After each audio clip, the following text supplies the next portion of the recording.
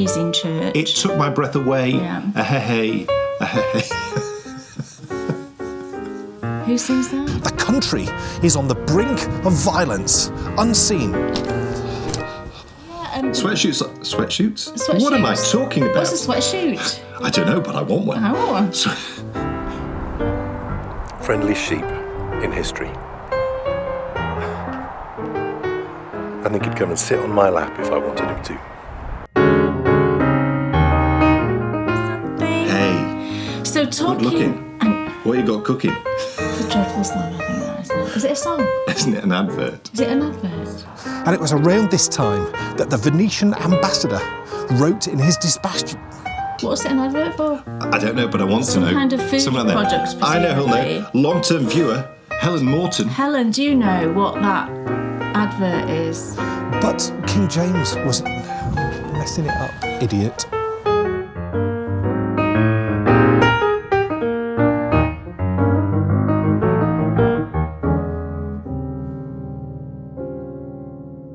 Welcome, everybody, to the Bakery Bears video show. My name's Dan. And my name's Kay. And I've caught Kay out because I've done our radio show introduction. Do we normally do that? No. My name's Kay, everybody. I don't like saying my name. I always think it's weird and a Say bit my name, boring. say my name. That's a song. It is. Oh, someone will know. I don't know what it You is. look very red-faced. I'll just be for a run. Yeah. If you're wondering why Dan's a bit red, he's literally just back from his run. And then I was in the shower. Yes. And I normally have it on a slightly cooler setting. Slightly cooler. The shower's always on cold when I go into it. No, look, I don't... Literally No, I all don't. the way around. It's not. It's not on Stone Cold. Because I know that that's a thing. I know that sports people do that as a thing. With the ice thing, you don't do that. Well, You have I done did that try in it, the past. but You have done it that. was a bad move. Sitting in a bath of cold water, that was bad. It was a bad move. But I know that people do... They like the cold shower thing. They think it wakes them up. And you go for it. But that's not for me. I just like it sort of quite cold, not stone cold. There's a hint of warmth. Hint. Yes. Yes, it's like Dulux's hint of white. Oh, yes. Yeah. Hey, wow, what a show. Because today we are featuring England, a castle nation. Yeah. And it's the penultimate episode. Yeah. I can't quite believe it. I know. It seems like 2 minutes ago that I started... It does. Because, you know, whilst it's me out there doing the presenting, the shows are developed by both of us. And it really does seem like 2 minutes ago that the first episode was filmed. And I remember thinking at the time, oh my goodness, this is such a huge undertaking. It's the biggest series we've ever done. It's been really huge. You know, Dan's literally like had his head in a book for the past however many months it's been. And now... Yeah. Nearly at the end. It's episode 9. I know. Oh my goodness. But this Beautiful church in this one. Amazing church. It took my breath away. Yeah. Hey. Who sings that? You take my breath Yeah, I know. away. Who is that? Ladies and gentlemen, there is a reason for all this singing. And the reason is this. We have made a discovery. Oh, yes, Steve. And that discovery... Steve, the postman, told us about this. It's radio. We've been listening to the radio, do you know? Do you remember back in the old days? When people listened to DJs? I blame... Everyone got all into these... I mean, it was always fun making a mixtape. Yeah. But you heard the songs on the radio. Yes. Do you know what I mean? That's where you learn the songs. Yeah. Now, we've lost that. Yeah. I think... Where do we learn new songs? Where do we learn new songs? I don't learn new songs. Why would we? When we have 'Cause it's all- absolute 80s radio. Absolute... Well, it's Absolute sorry. Radio I'm 80s. sorry. And I think they do 90s. And I don't know what else they do. And then they stop. But Because the rest is all rubbish. If you've got an SIRI machine, I don't want to say the word because it'll set everybody off, won't it? Yeah, okay. One of those... Any digital... on your phone, thingy. those active speakers. Yeah. You can get it everywhere. In your car. Just ask for Absolute Radio 80s. Yes. And you're in for a treat. It is. Fabulous. Oh my goodness. We are It's like... completely addicted. We're listening to it in the morning, at tea time. All the time. Like, all the time. Kay even caught me yesterday dancing to an advert. He was, right, we turned it on and I thought, this is an advert, you know, when it's those jingly things. And Dan started dancing to it. I said, you do know you're dancing to an advert. This is not an actual song. And I thought, I don't care. I'm having way too much fun. I've even been enjoying, like I was getting a bit stressed, listening to the road reports, the motorway reports. I don't like listening to those. Stresses me out. For the poor people. Listening to, like, traffic reports. Yeah. Like, you know, delays of 5 hours and all of that, I get really stressed, so I try not to listen to that. Look, show and a half, because not only do we have England and Castle Nation, but also, look, Kay's dressed in her full Sockaween gear. Our Sockaween event. I look massive. No, this is a weird sweatshirt. Okay. This sweatshirt is weird, right? Because the sleeves are massive. And they often are. Yeah, and sweatshoots? What am I talking about? What's a sweatshirt? I don't know, but I want one. I want one. Sweatshirts aren't flattering. Well, no, this one I don't think is very flattering. Show me a flattering sweat. I can't say it. Dan can't say it. I've gone Sean Connery. No. The other thing I can't do is walk. Dan keeps stumbling like he's 95 years old. I've suddenly grown older very fast. Anyway, look. Pick your feet up. Sockaween is here. Sockaween is here, everybody. It's October at last. So 2 episodes Joy upon of joys. your special Incantation series has gone out. Yes. That's available to our Silver, Gold and Platinum patrons. But to all our patrons, you can join us for a sock knit-along for the whole month. Yes. And it's going to be astounding. And of course, they'll get their Patreon share later on in the month as well, all patrons. Yeah. What an Super event. Fun. I mean, people are so excited. Oh, so excited. I've cast on 2 pairs, which I'm going to show you. And I kind of want to do another one, but we'll see how I go. And I'm thrilled that this year people are excited to have met your co-hosts. My co-hosts. Oh, look, there's Hootie. Not your moment now. Yes, throughout. You will meet Hootie. You'll also meet Boo. Whoa. All right. The moment has passed. They join Kay throughout the series. Yeah, really cute. Yes, it's really very cute. fun. Bryony held an owl. Oh, yes, our daughter Bryony.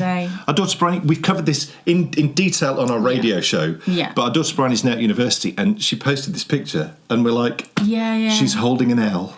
She went into... I've never held an owl. No. She was in town, and there's quite often there's this...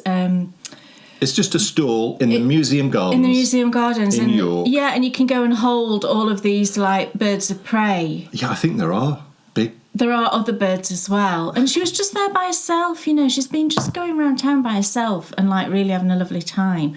She took Goffy with her, so she didn't feel like she was by herself. But Goffy is her toy giraffe. It's her giraffe. You all know who Goffy is. Well, there'll maybe be some you don't. people who don't have a clue what you're Maybe you talking don't. about. Goffy is her stuffed giraffe that she's had since she was a baby. So she took Goffy out for an afternoon. I mean, how lovely is that? And she sent us a picture, and she was holding this owl, and she was stroking it. She was absolutely made up. Completely jealous. Really jealous. She's going to go back and hold... it was a tiny owl. She said they had a much bigger one, a barn owl, I think. It was called Spud. Yeah, the tiny owl was called Spud. That's a great name. Yeah.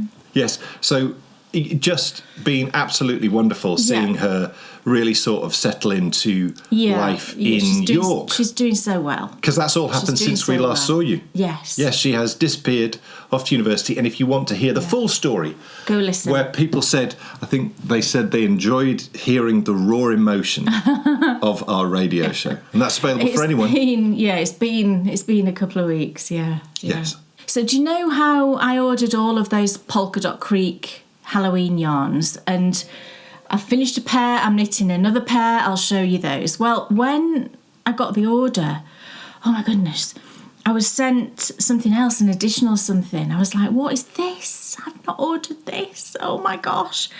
And I was sent one of their advents. Look at it. Their Halloween advents.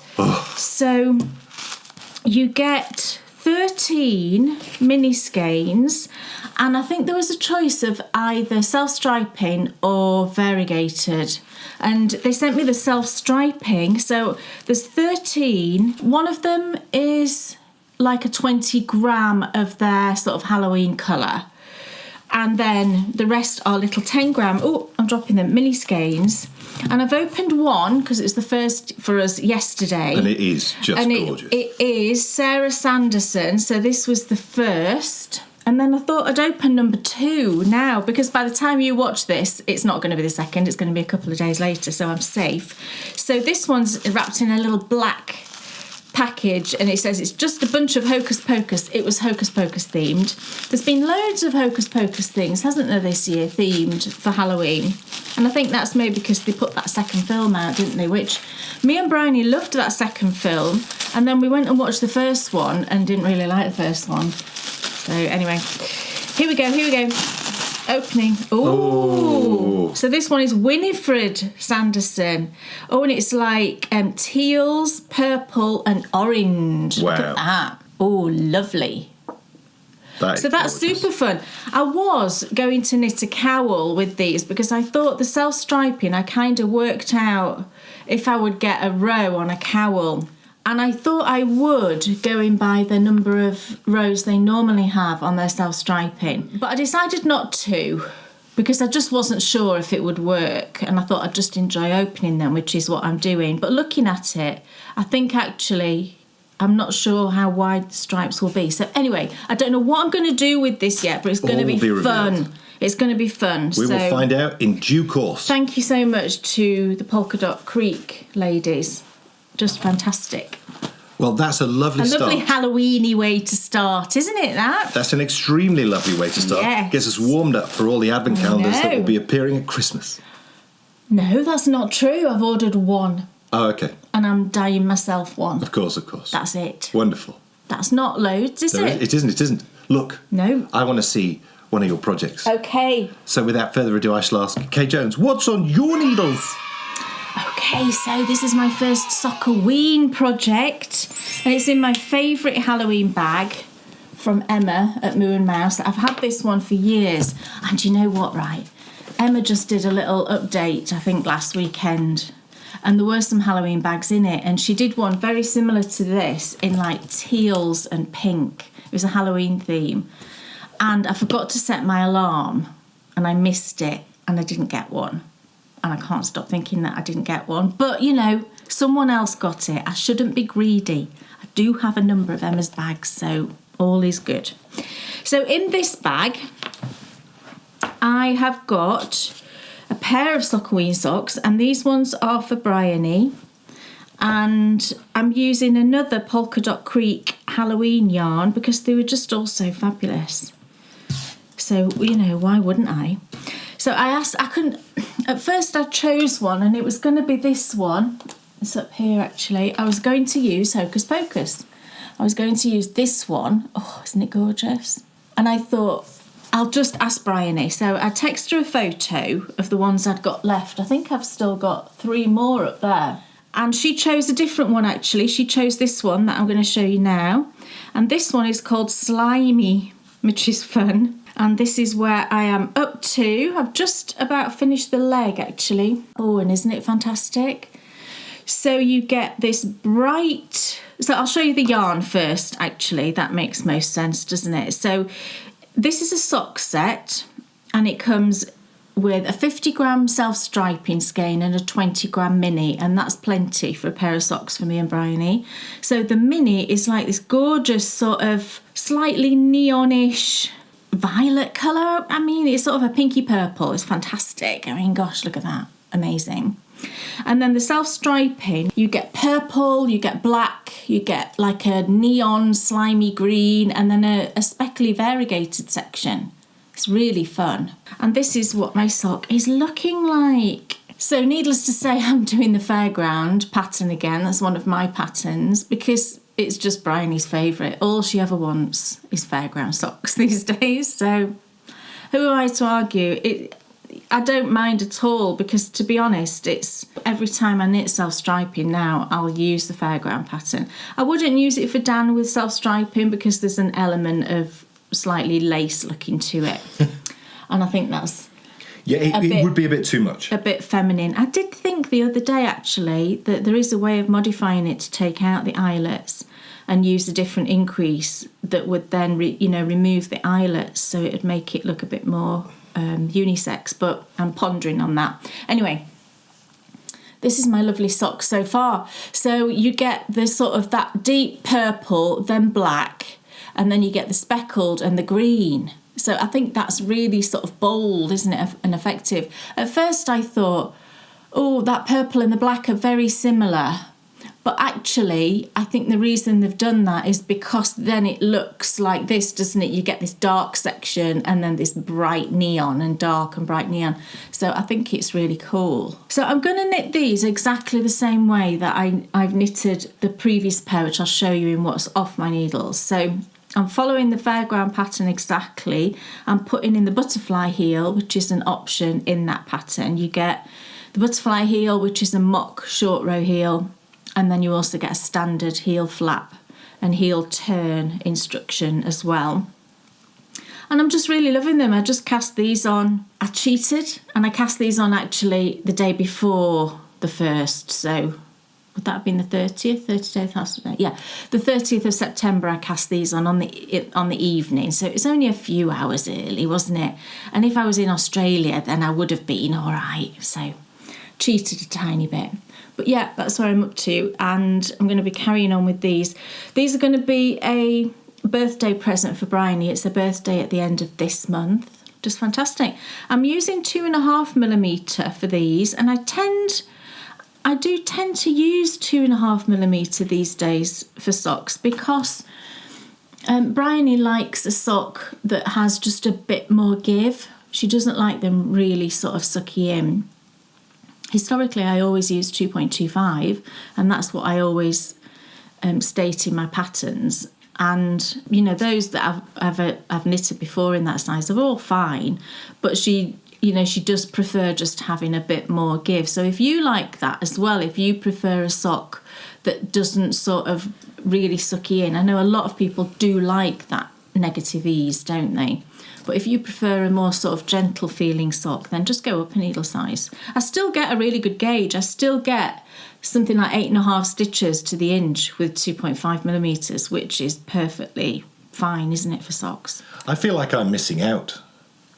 You need to do some Sockaween socks. No, what I need to do is I need to do some fairground. You do? You haven't knit this? I have not. And I feel like I should because, I mean, I'll be talking in a minute about how much I love lace. Right. And I just think... It's not as intense a pattern as you normally like. So it's textural? It's not textural, no. Okay. The reason I really love this pattern for self-striping in particular is just because it goes so quick. I don't recall ever knitting self-striping. Oh, really? No, so maybe I should just try. Absolutely, you should. Yeah, because I'm never going to knit blanket squares, and I know you'd love me to do that. But not necessarily. I want you to do what you enjoy doing. You know? Well, you've spoken to me before about, you should maybe try one, you might really like it. And I just don't really fancy doing blanket squares. No, I'm not. But no. You love doing self-striping socks in the fairground pattern. Oh, I do, So maybe I should try. I do. I think it's that combination of stripes going quick anyway, don't they?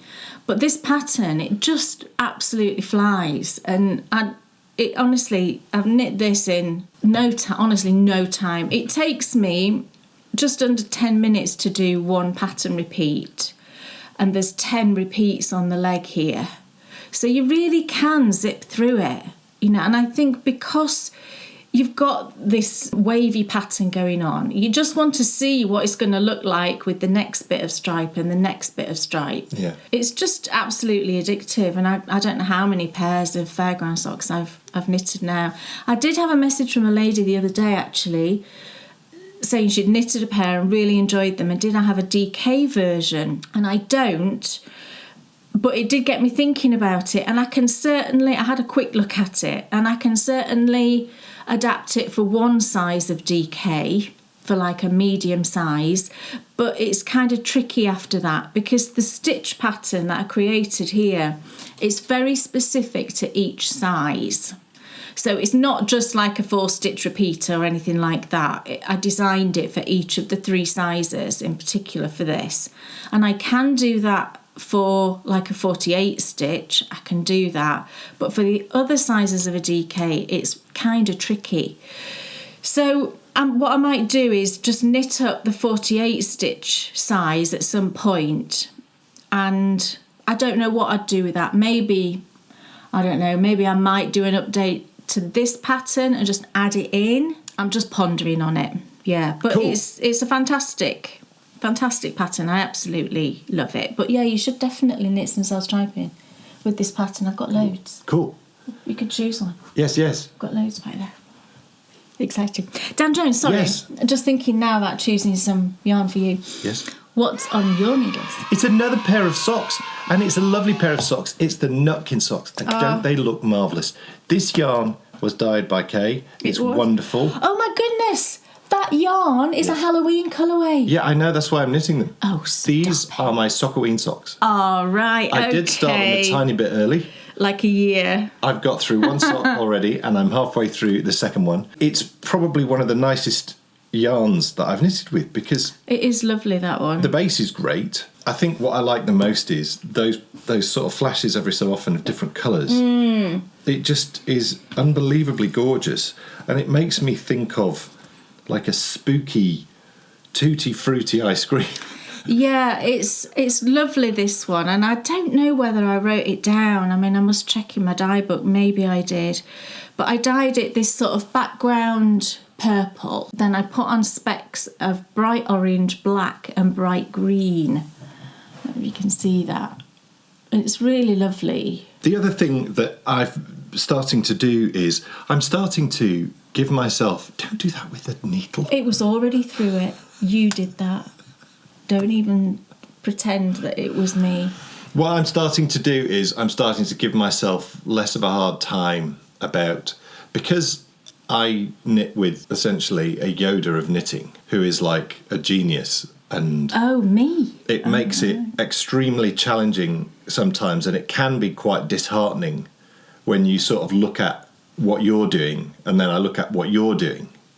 Look at what you're doing and look at what you're doing. What does that mean? When I look at what I'm doing, and then I look at what you're doing, and I need to not look at what you're doing so much. Why is it disheartening? It's disheartening because I'm sat there doing my knitting, and then I look at your knitting, and I'm like, oh. You're insane. Yeah, thinking that. But it would be like going to a painting class and having Rembrandt next to you. I don't think so. You would look at your painting and you'd just think, oh. I really don't think it's that like that at all. Well, it is. And the yarn, lovely, look. What I have to do is, and what I have been doing is, I've been allowing myself to not stress so much about... Well, you shouldn't. Yeah, I know. Well, I know I shouldn't. You're silly. It's good though, because it always inspires me to sort of push on and to get better. But what I mustn't do is I mustn't be crestfallen when. But you knit jumpers and you knit lace socks. Yeah, I know. But if I make little layers, I know. And you've knit mitts and. I mean, I need to check the back of that one because that one's slightly laddered slightly. Yeah, see, it is on that one too. So it's matched. It's fine. Yeah, there is a second stitch tighten. Yes. Yeah, it's that pearl stitch thing, isn't it, on the changeover? I know the score. It's fine. And I am always aspiring. I am always aspiring to improve. It's a lovely pattern. It's really. Oh, I love the pattern. Yeah. The pattern is just simply perfect. It's absolutely perfect for me. I love it. This was part of my Beatrix Potter collection. But we don't speak of collection because no one buys them. Do you know, this is a really funny thing, and I have done a few collections of patterns in the past. I did the Swish and Flick, which was huge.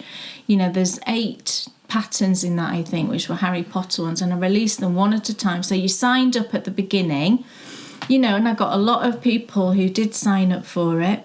And yeah, there's 8 patterns included in that, a variety of different designs, all designed on the Harry Potter films. And then I did 2 for Beatrix Potter, where there was 3 designs, same sort of thing. You signed up and then you got patterns. But then after that, people don't buy them. We know we nailed in on the reason.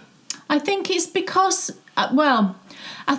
you sign up for there's that excitement, isn't there, of a new sort of club or whatever it is. It's like when you see the Stephen West thing being announced, loads of people sign up for it, but then I don't think necessarily everybody would get on to knit it. I think it's that excitement of signing up for something, and people did that with mine, and I was super grateful. But then I have noticed in the years following that the patterns associated with it, because they're all available individually, they just don't really They don't really sell. And what we think it is because, you know, when you put a single pattern out, the focus is on that single pattern. That's exactly right. They're not signing up for the pattern. They're signing up for a collection, which doesn't exist. The collection, when they sign up for it, normally is... Yeah, you don't know what it is. And it is that sort of unknown. It's a mystery thing, so it's understandable that you would get excited about the nothing. Yeah. And then the something actually becomes less important in a way. And I the nutkin is one of them. But one of the reasons that I don't do that anymore is that, you know, a lot of, just as much, if not more work goes into producing a collection than a single pattern. And it's not the revenue, it's not that side of it for me.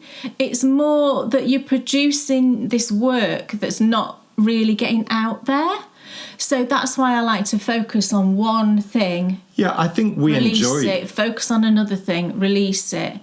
And then I think it gives each of the patterns its own little bit of space. I think we enjoy working in that way too. Yeah. I don't think we enjoy working in that other way. No, it's very high pressure, you know, doing the collections, especially the Harry Potter one. I think as well you like people... I really enjoyed it, but it's a lot of pressure. You said to me before that you like people to buy the pattern because they like the look of the pattern, not because of any other reason. You want them to buy it because they want it, rather than, oh, it's a thing, I don't know what it is, it's all exciting, but oh, actually, do you know what? Maybe I don't quite like that one, but that one's okay, and that one's not so okay. Better, surely. Yeah. Yeah. I mean, there's a wrap within that collection, the Harry Potter one, that I absolutely loved, and it's just so beautiful. And it's just not one of those things that I see anybody ever knitting. Look, it's totally fine. It's just really an observation. I think it's sort of interesting, isn't it?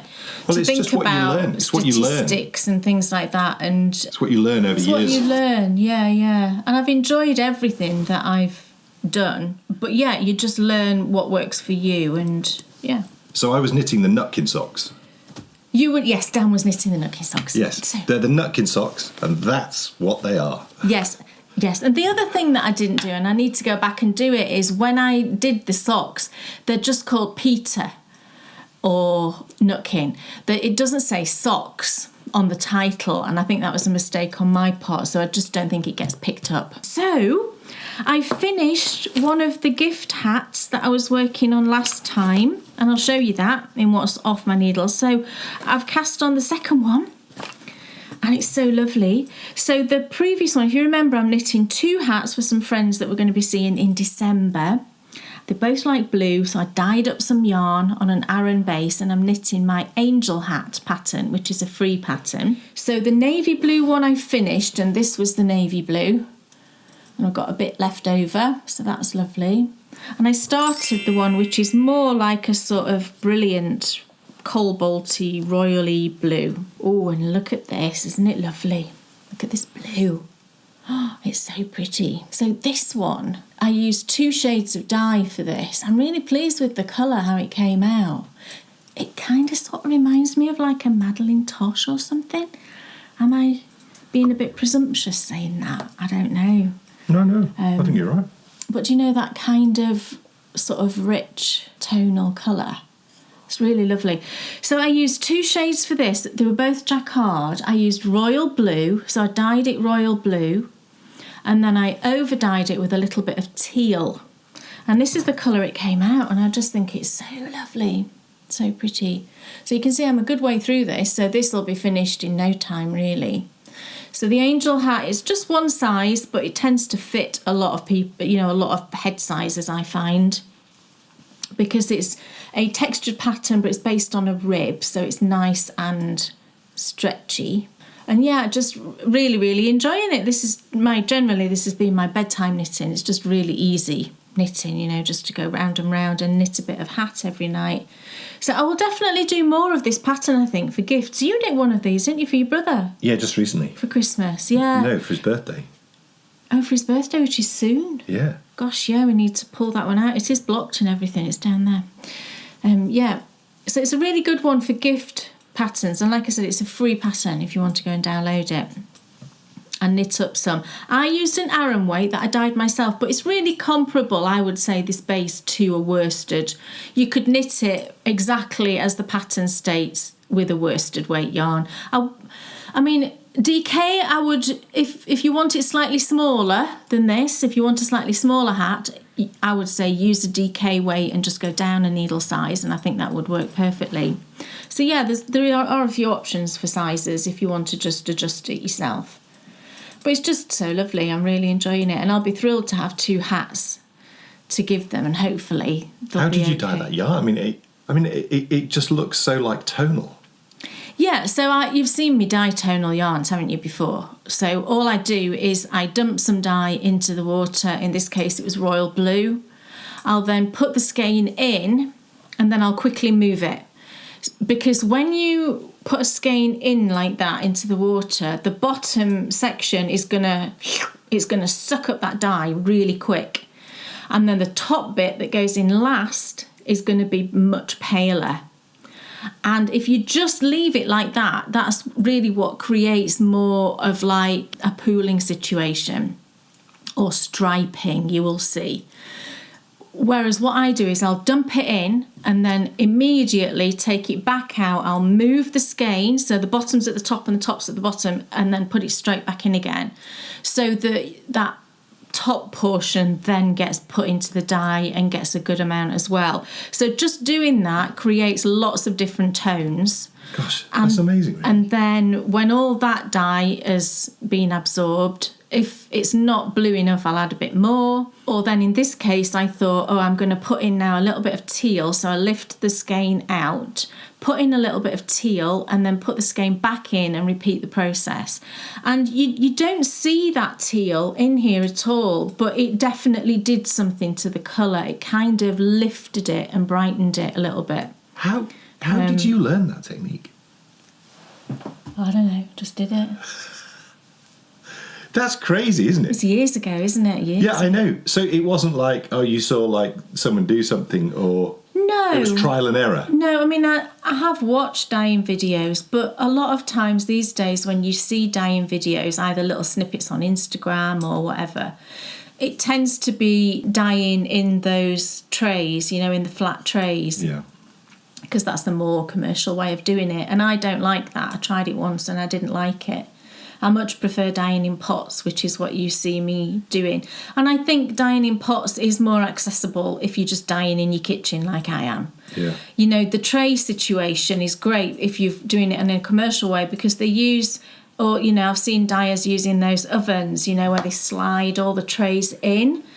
And, that's brilliant, isn't it, on a commercial, got to produce a lot basis. But when you're just you in your kitchen, I found that using those trays, you've then got to sort of cover it up. You then have to put it in the oven. And it was just a bit of a faff. Whereas when it's a pot, it's just on your stove and you do it all and that's it. I just find it a lot easier. What I am fascinated by is you would look at that and you would think, oh my goodness, that, That looks like Madeleine Tosh. Yes. And or Malabreek. Wow. You think, Can't wow. say that, can I? I think when it's one colour and it looks so textural, It's and it very looks so pretty. It's very lovely, sort of isn't interesting. it? I know. That looks harder than something which is flecked with loads of colours. Do you know what I mean? Yeah. Because to make one colour look amazing, it's tricky to repeat it and get exactly the same colour. Yeah. That's tricky, because what you've got to do is you'd have to measure the amount of water that goes into your pot. You'd have to weigh the amount of dye, and I've got one of those scales, one of those scientific scales, so you could weigh your dye and do it that way, and then you're more likely to get a decent match in terms of colour. But I was just doing one skein, and it's so fun. It's so fun for me. I just think, right, I just need one skein of this. I don't need to write down what I'm doing. I'm just going to produce a lovely skein of yarn, and I'm going to use it, and that's all I want out of it. And it's hugely fun for me, and it's hugely satisfying then to knit it up and then to give it to someone, and I'll write a little note on and I'll say I've dyed the yarn, the pattern's mine, I've knit it, and I think that just makes it really special, doesn't it? I think very really personal, yeah, amazing. And it's, from my point of view, it's just such a lovely thing to do. I really enjoy it. As a knitter, I now fully understand because how often are you like hunting for the perfect yarn for a project? Yeah. And if you can create it yourself, you don't need to go hunting. It's much cheaper. No, it's much cheaper doing it yourself. I'm not trying to also saves time. Yes, because you can just quite often, I'll be like, if you just suddenly want to do something on a whim and you just want to change or whatever, it takes a while, doesn't it, to order some yarn and get it. Whereas I can just pull out my dye pots, grab a skein of undyed yarn, and the next day, or even that afternoon, if I put it in front of a fan, I can be casting on with some yarn that I've dyed up. And Okay. I think it's a lovely... You should put it in front of me because I'm your biggest fan. What? You said you'd put it in front of a fan. Sorry. Yes, just sit there and blow on that yarn, Hold on, please, the heat until I it's give off. dry. Yeah, I know.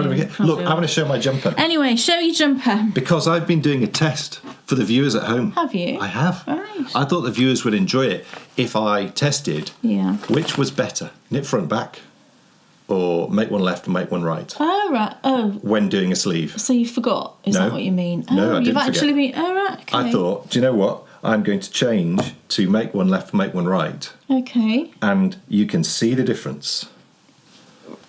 So... Down there is knit front back. Okay. And up here is make one left, make one right. Oh, right, okay. And you've got to agree it's better. Or do you not? Knit front back looks less obvious, I think. It's different. Yes. I don't know if you can see it, but down here was knit front back. Yes. And up here is make one left, make one right. So... I actually think that there's more of a ladder up here too. Yeah, I mean, when you do make one left, make one right, you can see those leaning stitches, can't you? Because it's pulling, isn't it? But when you do a knit front back, all you see is like a sort of little pearl bump thing, which can get largely You can see hidden. exactly where the change is. Yeah, it does sort of get hidden a little always bit. doing make one left. You can see there's the little pearl bump thing there. But I'm always going to do You knit front don't back. really notice it. No, that's much more noticeable. Yeah, you make one left and make one right, you do see those leaning V's, don't you? Interesting. This is... Did I do something interesting? You did do something interesting. Oh. My God, he's making out like he's like rubbish, isn't he? What's he on about? I'm just feeling a bit low in confidence. Why? I don't know. This is my Godi sleeve, and You should pop it on your arm. I will. Oh, it's like... Would it go over your muscles? Dan works out now, he's got muscles. This is the Godi sleeve, and it's absolutely lovely. Oh, it's nice. I mean, it is lovely. It fits actually. well, doesn't It's it? nearly done. I mean, I've fits got well. I've got one more increase to do. Oh, and the colour's lovely on you. Matches your t-shirt. I mean, it is... Do you know what? I love Letalopi. It's wonderful, wonderful yarn. It is wonderful stuff. It's wonderful yarn. Absolutely it is. To work with. It's like the most individual and interesting yarn I've ever knitted with. It's economical as well, you know. 'cause It's just not really expensive. affordable. I mean... And the thing I love most about it is the thought that you're going to have that jumper for probably ever. You know, I love that thought, you know. In That's the 20 biggest years, thing. you'll be pulling that out and putting it on when it's cold. I love that. The biggest thing of all about it is I absolutely adore the finished garment. I love the look of Letalopi's, you know, and I think the colour range they've got is fantastic. I think that when you find something which... Because sometimes, you know, I love my hats and I love my gloves and I adore my socks. Yeah. But I get excited by the jumpers. Absolutely, I can totally understand why. Yeah. And it's, you know, for so many reasons. I think the colour work is just wonderful. But it does come down to the yarn, I think. I know it's going to be interesting to see how I feel about the Albion when I finished it. Because I feel like I'm going to love this a lot. So maybe this will start me off on a whole new path. And, you know, the aspiration is always, as I cover in my self-contained knit issue, I really would love to, at some point in my life, knit a Gansey which you could walk through Whitby and no one would go... People would think you were a fisherman. That is exactly what I want. Pulling in the nets. Because then I will get a rope, I will stick it on my shoulder, I'll get an old Jack's boat hat... You wouldn't, surely. And I will walk down, up and down. Is this the first sleeve? Yes. So, what? I don't know. If only. Well, no, it's not if only. That's not taking you that long to do. Oh, no, it hasn't. So all you've got to do is... This one's nearly finished, isn't it? Just knit the second one, join, I and reckon you've I've nearly got a jumper then. 10 rounds maximum. Right.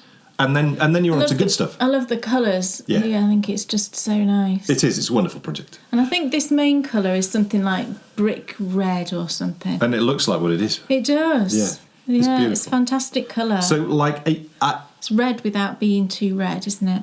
I always enjoy these projects from start to finish. There's never a sort of lull moment. Favourite point is definitely joining the sleeves to the body.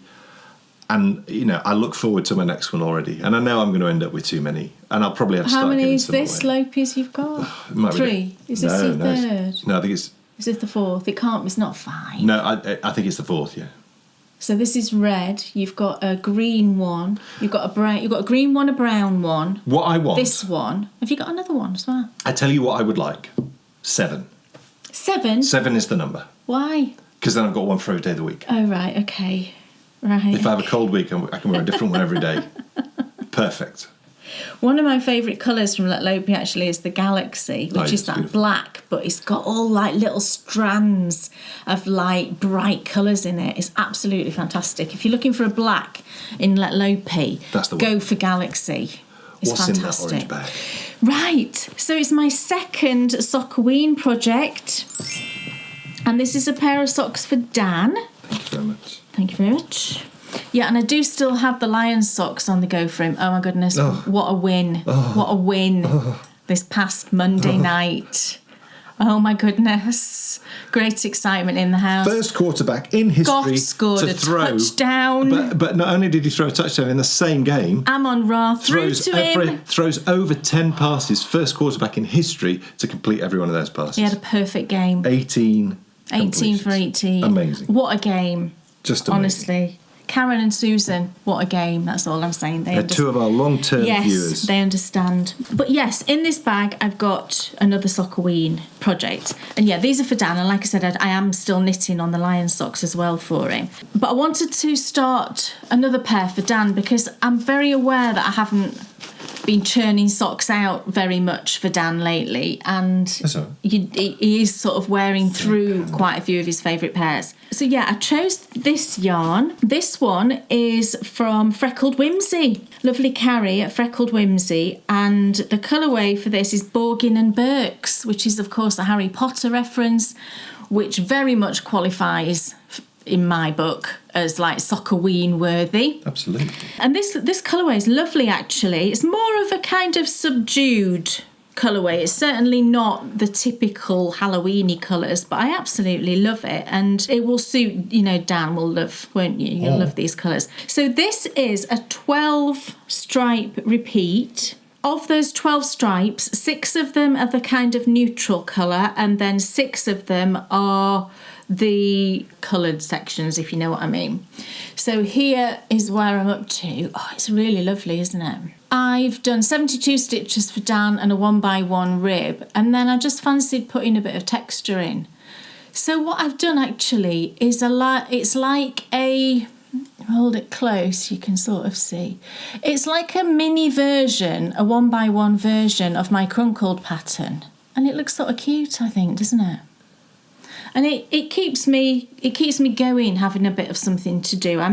These days, I much prefer knitting socks that have just got a bit of something going on. I'm more likely to knit them than just a plain pair. I will sometimes knit a plain pair, you know, sometimes you just want that simpleness, don't you? But these ones are lovely. So it's got this lovely spongy texture to it, and it's really pretty. So you get these stripes of like gold, there's like a forest green, a navy blue, a sort of gingery colour, a moss colour, and a dark brown. And then the mini is that kind of gingery colour. So I'm going to be doing heels and toes in this. I don't have enough in a 20 gram mini for cuffs, heels and toes for Dan, because it's 72 stitches with a slightly deeper cuff, so there's not enough in a 20 gram. So I just always do heels and toes, and it works absolutely fine. So I think I've done about 8, 16, 24, maybe 26 rows or something there. And I will do, this is an 8-row repeat, so I'll do probably 6 repeats, something like that, for a reasonable length leg, I think. And I'm really enjoying them. I think the yarn, you know, Carrie's yarns are lovely. And guess what, right? Do you know how Carrie at Freckled Whimsy's been doing these yarn clubs, hasn't she, this year? She did a Halloween one and she did a Christmas one. It's like a mystery thing, and I've been seeing them for months. Jen, our editor Jen, has been knitting them up, and it's just been fantastic. And I've seen them all over Instagram as well. And I'm like, oh gosh, I just want some of these yarns. And I've just missed out. She puts, like, when spots become open for them, you know, she lets you know on Instagram, and you can sign up. And I've just been missing it. But guess what? I didn't miss it recently, and I've got some on the way. So I've signed up for both clubs, and I've got the first shipment is on the way to me. Oh, I'm so excited because they've just been so beautiful. You know, go and have a look if you're interested. They've been absolutely gorgeous, and I think I'd just love to have a stash of like Christmas self-striping and Halloween self-striping, because I really love knitting socks out of season. So, you know, I will suddenly get an urge in March or something to knit a Halloween sock. And if I've got a little stash of them, because I've got some of the Polka Dot Creek now, and then I'll have some of Carrie's, it'll just be lovely. So I'm so excited to have got that. Ooh. Yeah, so that's my second Sockoween sock, and there may be a third, a pair. I feel like I need a pair, don't I? Pair for Bryony, pair for Dan. I feel like I need a pair. But I just want to make sure I'm not over-committing to myself, you know. That I think what I'll do is see where I am halfway through the month with these two pairs, and then if I feel I can get another pair done, I will cast on another. The other thing that's changed in the last 2 weeks, yes, we are now missing a daughter. It's just us two. We're like rattling around in the house, not knowing what to do. That's simply not true. Kind of is a little bit. No, it isn't. No, but what are you it's talking just about? Different, isn't it? We found our new groove. We're getting there. We finally found our solution to weekends. We work. Yes. It's fantastic. I love it. I've always disliked weekends because I'm out of my routine, out of my rhythm. But we worked last weekend and it was absolutely fantastic. I loved it. I think if you find, you know, one of the biggest challenges in life is finding a job that you love, and we're so fortunate and we're so unbelievably lucky, you know, thanks to our Baker Bet patrons. They've empowered us to do what we love as a job, and we just adore it. And we love it. So we just being able to work through the weekend was like the absolute business. It's heaven. I loved it. Yeah. But just has been odd, most definitely, you know, being missing Very one daughter. Odd, yeah. But the thing which I think has sort of sucked us into the season, though, so much, and this is what I was going to say, is in the last 2 weeks, that, you know, last time we saw you, the weather, whilst we were getting excited about autumn hadn't properly hit, and then really it just suddenly went bang, and really all the did. Leaves suddenly started dropping and started to chill off a little bit. Yeah. Heating's gone on. Yeah. And pro tip, I vacuumed those radiators to within an inch of their lives. Does anybody else have this problem, you know, when you first turn your heating on, you know, because dust has sort of accumulated in your radiators, you all start sneezing. So terribly. You went and hoovered all the tops Big time. and everything. Also, I got the lengthy thing down the back. Yeah, because we have those radiators that have got like a grid on the top of it. So it's difficult to get inside it, and it's like a sealed, I'm looking at it over there, it's like a sealed sort of grid. I got the brush that we use to clean the Lego, and I was doing that with the brush and hoovering. And hoovering at the same time. They do that in like Chatsworth with books, don't they? They have that hoover, and then they brush like that and hoover it up. So this time of year, historically, has just been awful, because it's like 2 weeks of it slowly but surely working its way off. And it's been all right, hasn't it? I haven't taken that many antihistamines at all. You know, a fraction of what it has been. So it is definitely, it's hoovering. And windows open as well. When we first put the heating on, I had all of the windows open for a good sort of hour. Yeah. Another thing that has been different, and it's been the absolute business, is Kay and I went to the shops together for the first time in as long as I can remember. I've never had so much fun in all my life. Dan does the food shopping normally, you know. So we're walking around the shop, and Kay's like, "Look at this yogurt! It's whipped! It's whipped!" She's going, "You've got to buy it. It'd be delicious." I was just because I've not. What's this? I do. Look at that lady over there. I do pop into the shops, once a week normally, just to get fresh bread for Bryony and a couple of other things, but I don't need to do that now. Anyway, I went with Dan, and it was just all fascinating seeing all new things on the shelves. I was like, ooh, what's this? And she came back with 2 different types of prawn crisps. Hey, I did. My favourite crisps, right? Does anybody have a favourite flavour of crisps? My favourite flavour of crisps are prawn cocktail crisps. And I really love prawn cocktail quavers. They're one of my favourites. But I said to you, let's look and see if there's any others. And we found Walker's Baked, which are low-fat, a low-fat crisp, and I'm there, Always a everybody. Winner. Yes. They're really nice, prawn cocktail. But then we also got Seabrook's prawn cocktail, and I didn't like those as much. They were very prawny on the first hit. But then not so much. But then it dissipated. Yeah. So, but the Walker's Baked, reduced fat, everyone. Ooh. Perfect. Love me a crisp. So go grab your Walker's Baked prawn cocktail crisps. Go and get some if you like prawn cocktail. Settle down in your chair and get ready for the first part of the penultimate episode of England, a Castle Nation.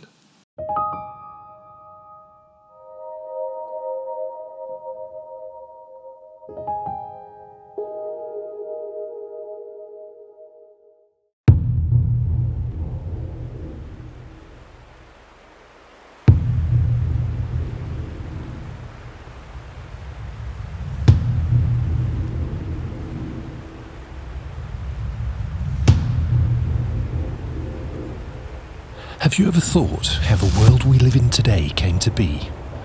Why do so many of us live in houses made from bricks?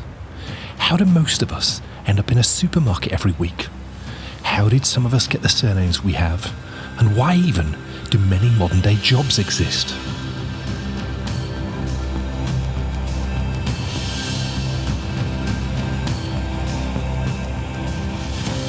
The thing I love the most about history is we can get the answers to all this and so much more. It's always fascinated me when I've looked back through time to try and identify the things which relate to you and me today. And in this series, that's what we're going to do. We're going to try and marry the ancient with the modern.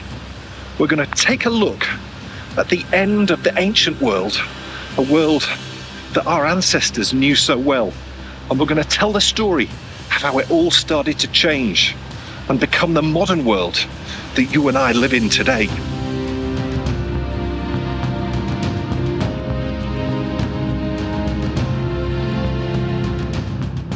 "1,000 years ago, that is what the majority of England looked like.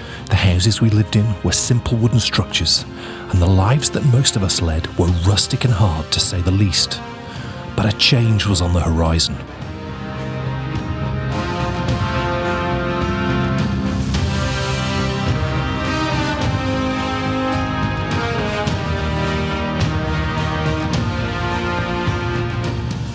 A technological innovation from the continent was about to burst onto the scene that would completely transform the lives of all of us. The dawn of the castle had come, and in this series, we're going to tell its story. Where did these gigantic structures come from? Why were they invented? And why were so many built so quickly?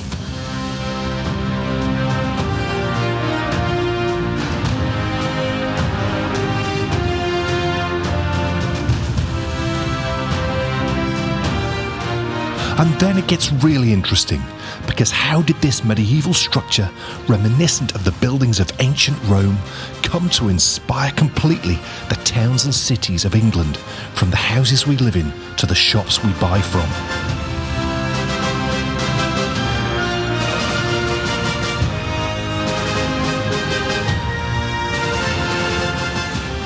Along the way, we're going to tell the story of the kings and queens who unsuspectingly ushered in this change.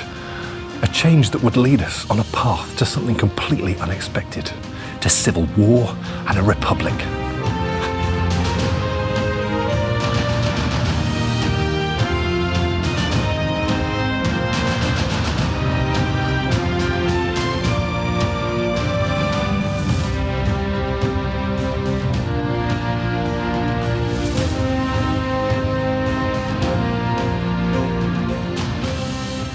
This is a truly epic tale that I can't wait to tell you. Welcome to England, a castle nation.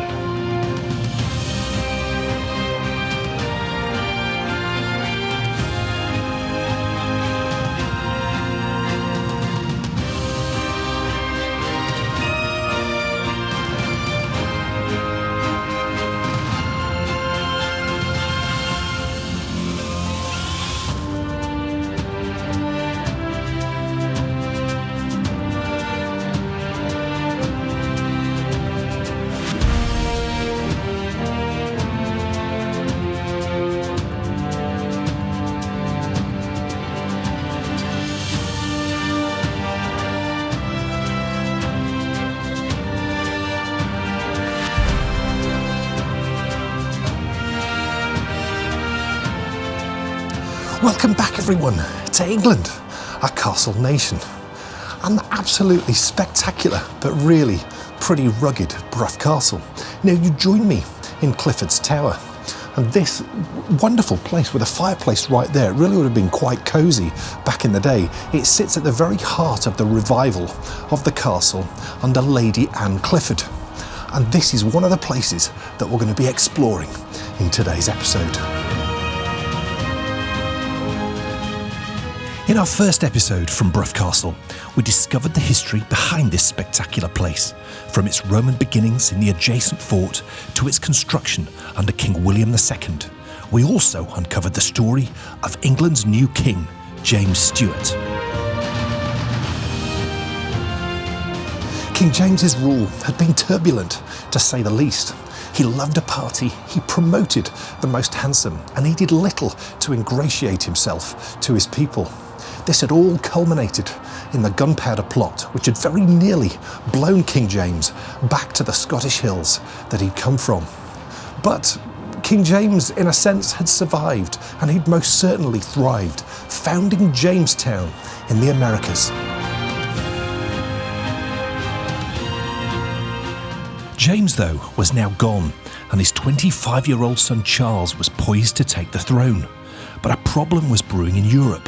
Full-blown war had begun to rage between the most surprising of people. The Christians of Europe were leaving their churches behind. They were grabbing their pikes and their cannons and their muskets, and they were killing each other in their thousands. On one side stood the Catholics, who believed in beautiful ornate churches and wonderfully dressed priests, and on the other stood the Protestants, who believed in a much more austere and simple approach to religion. England, Scotland and Ireland, this newly united kingdom, it stood alone at this time, and with its own Church of England, there was every chance that it might just keep itself out of the war that was engulfing Europe.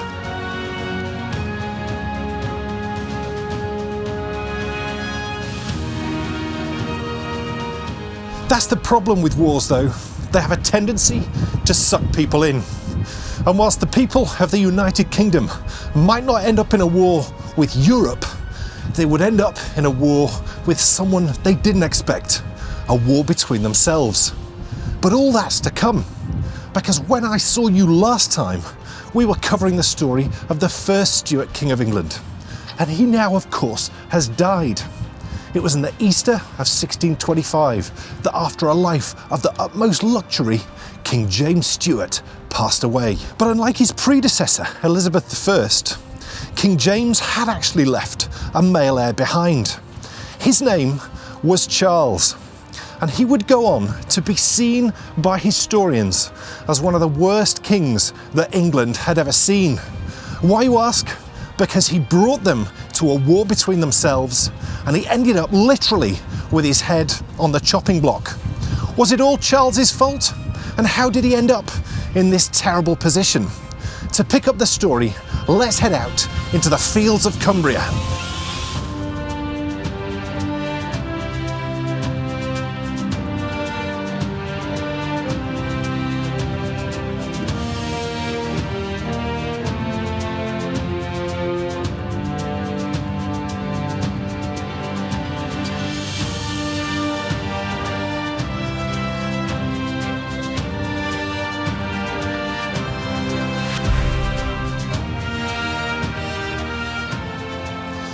Welcome everyone to the banks of Orgil Beck.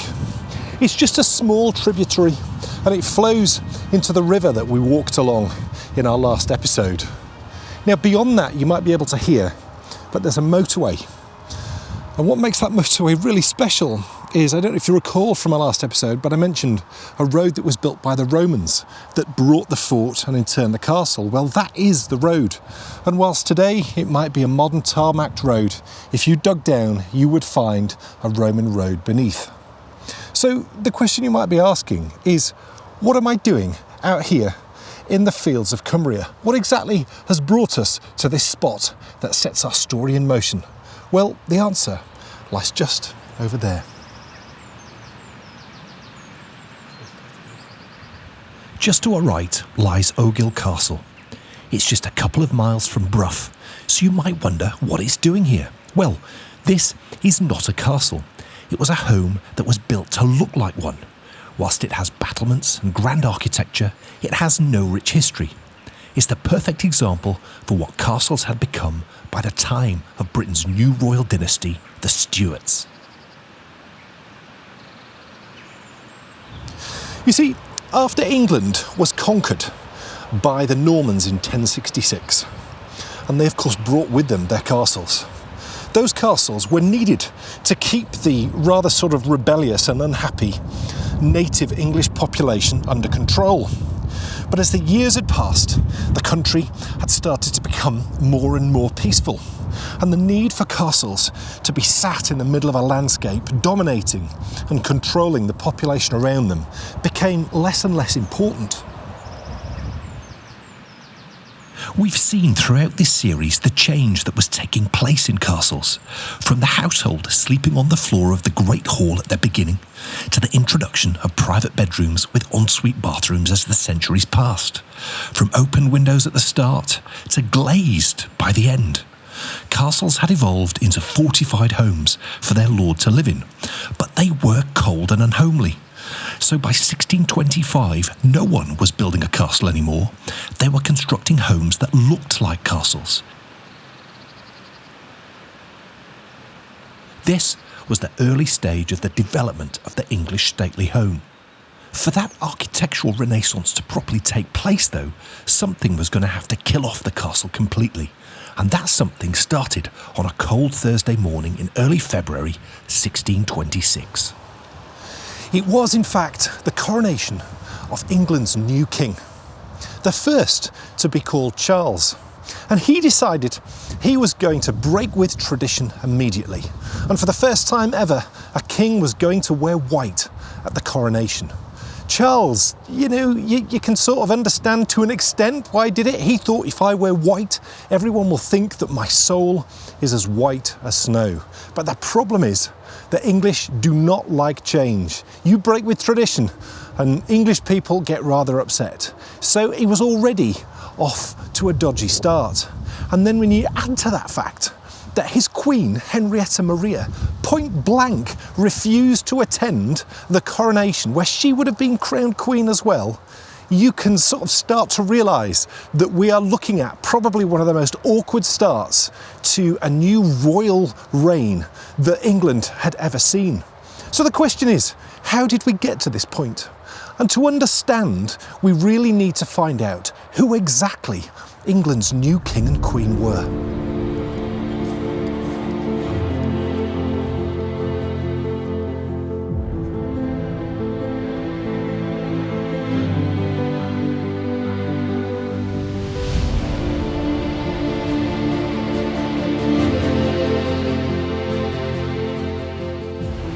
Charles was born in Scotland to James Stuart and Anne of Denmark in 1600.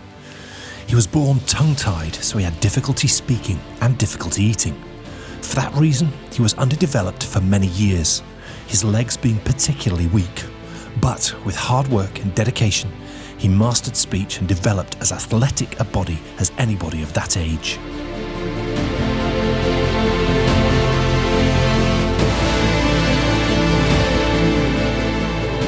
By the age of 22, Charles was a graceful, energetic, quiet and well-educated young man. His mother taught him to love the art of monarchy, with its ancient codes of honour and ceremonies with elaborate behaviour. His father instilled in him a high estimation of his status. In short, Charles was about as pompous a king as you could possibly imagine.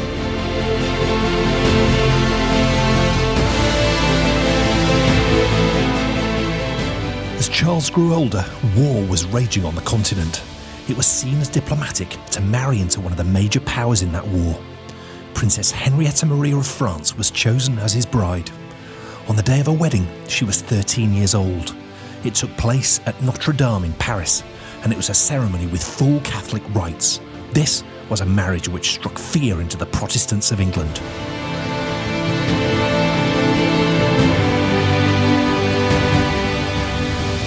Charles knew he had to get his new wife back to England as fast as he could, so people would come to love her like he did. So he dispatched his father's favourite, George Villiers, to collect her. George arrived in France with 3 coaches lined with velvet and gold lace.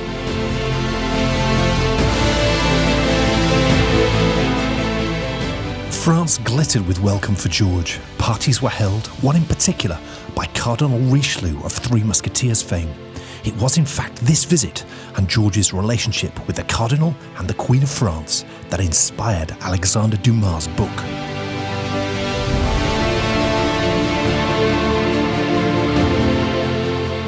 Henrietta Maria arrived in England in the summer of 1625, and with her she brought 28 Catholic priests. This was an incendiary situation, given the fact that England and Scotland were now staunch Protestant countries. What Britain's new royal couple needed to do now was play their cards just right with their subjects. If they did that, they might just start their reigns on a positive note.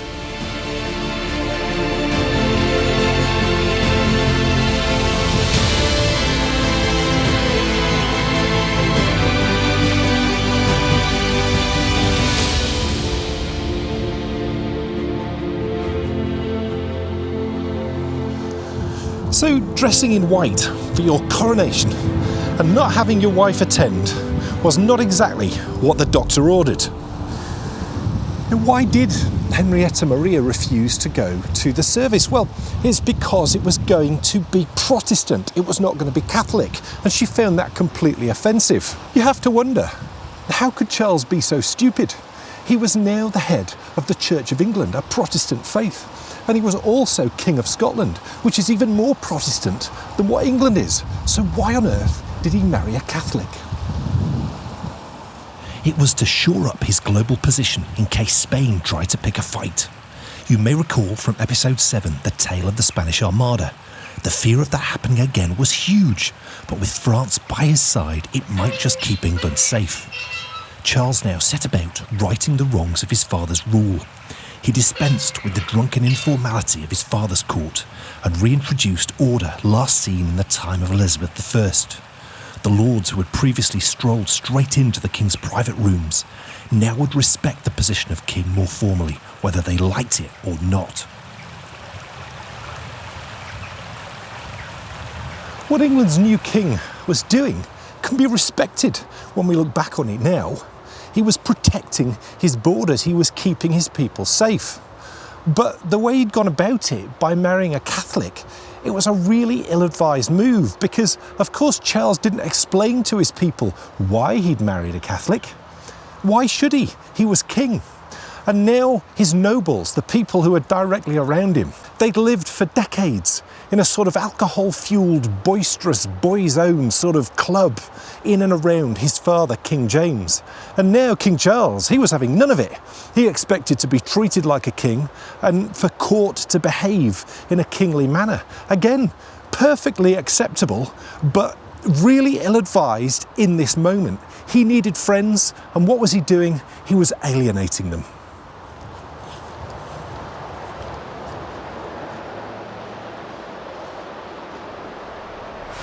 With little goodwill evident across the nation, this was not a good time to call a parliament. But that is what Charles did.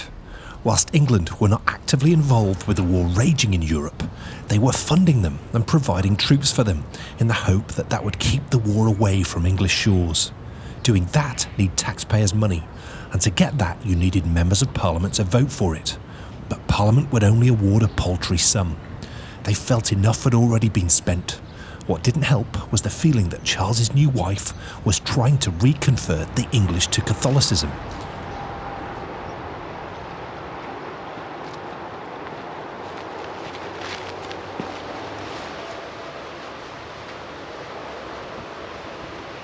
On the continent, now things went from bad to worse as England was drawn into a war with France, the birthplace of their Queen Henrietta Maria. Charles had no choice but to enforce loans.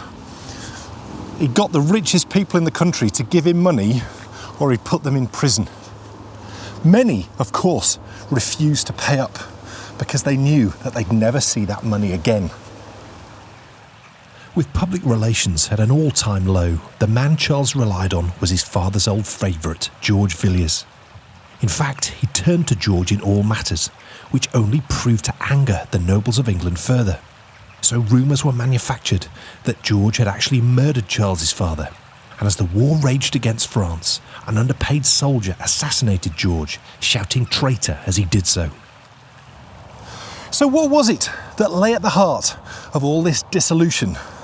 What was the root cause, the thing that lay at the centre of the wars and the dissatisfaction? It was, of course, religion, and specifically Christianity. So let's stop off at St Michael's Church en route to our final destination of Burkes Castle, because it is literally just off the pathway just up here, and I'm told it is absolutely gorgeous.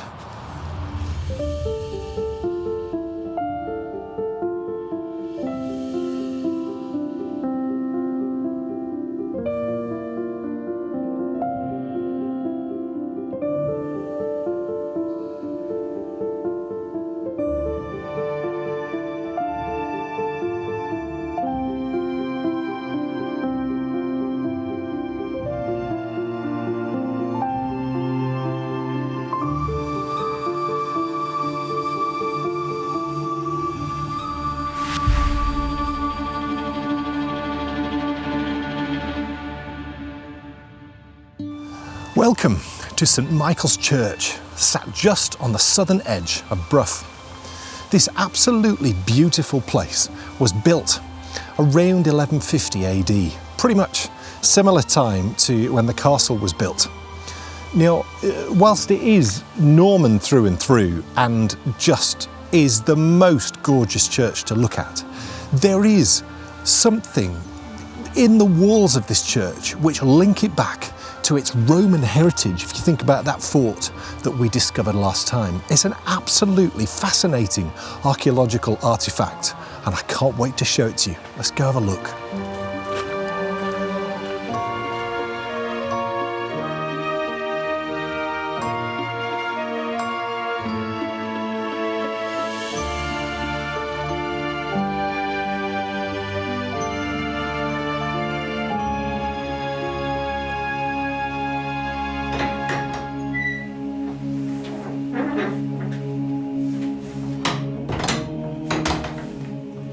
The first, would you believe, you find right here in the porch on the way into the church.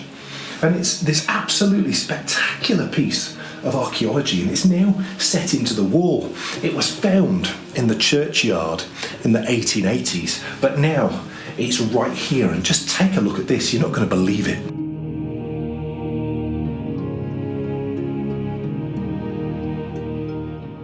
This is a Roman stone paying tribute to the commander of the fort we uncovered last time. These carvings are nearly 2,000 years old, and they tell us that this church is most probably sited on a much older Roman burial ground. As we've discovered in this series so many times, the Normans loved the Romans so much that they built their castles near their forts, and evidently their churches near their temples. It's just spectacular, isn't it? And would you believe that the second is actually right in front of us as we turn away from that just amazing Roman gravestone? Because I'm looking at a doorway which I haven't seen anything as amazing as this since a series we produced last year called The Rise and Fall of the Monasteries. Just take a look. It's beautiful now, but imagine how it would have looked when it was brand new, around 930 years ago.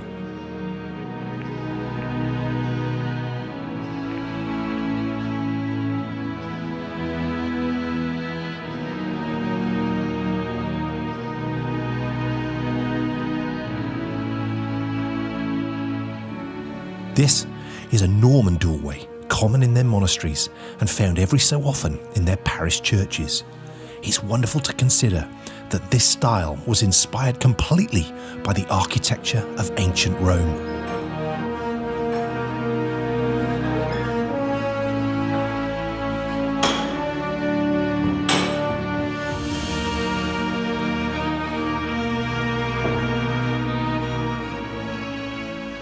As the events of our story took place, that doorway was already about 500 or 600 years old, and the parishioners who walked under it in awe, I'm sure, at the beautiful stonework, would have come into this wonderful place in trepidation. Because since the Church of England had formed about 80 or 90 years before, this church had been Protestant, but now the Catholics were on the march, and they were taking back their diocese by force. The root to this violence lay in the Reformation of Christianity, triggered by Martin Luther in 1517. He published 95 statements setting out what was wrong with Christianity at that time. That one act had led to many new strands of Christianity coming into existence. In Britain alone, Catholics remained dominant in Ireland, the Church of Scotland followed the teachings of John Calvin, and the Church of England were based on those of Martin Luther. Each considered themselves to be the one true faith, and the others to be heretics. The true animosity, though, was felt between the Catholics and everyone else. Catholicism was the oldest Christian religion in the world. And whilst the Reformation had pushed them back, they were now on the march. That march had started sort of with the Spanish Armada, which of course had failed in Elizabeth I's time, but violence in other parts of Europe, they'd been highly successful. By the time of King Charles and Queen Henrietta Maria, the congregation of St Michael's here in Bruff would have lived in absolute fear that violence lay just around the corner.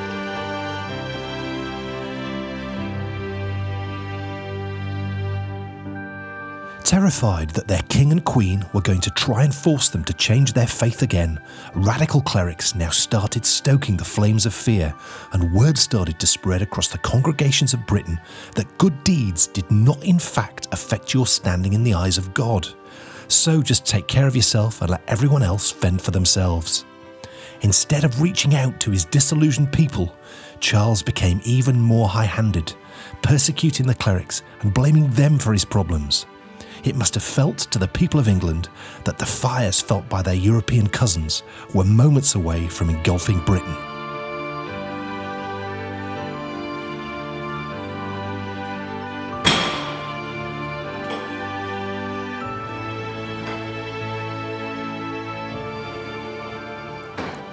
Charles's problem was that when it came to faith, he was trying to tread a middle ground, much like Elizabeth I had done 40 years before, and to be fair, his father had done the same. But in this time of religious radicalism, if you didn't pick a side and stick with it, it just wasn't going to cut it. And unfortunately, whilst Charles was trying to please everyone, he ended up pleasing no one. And in the British halls of power, violence was about to break out.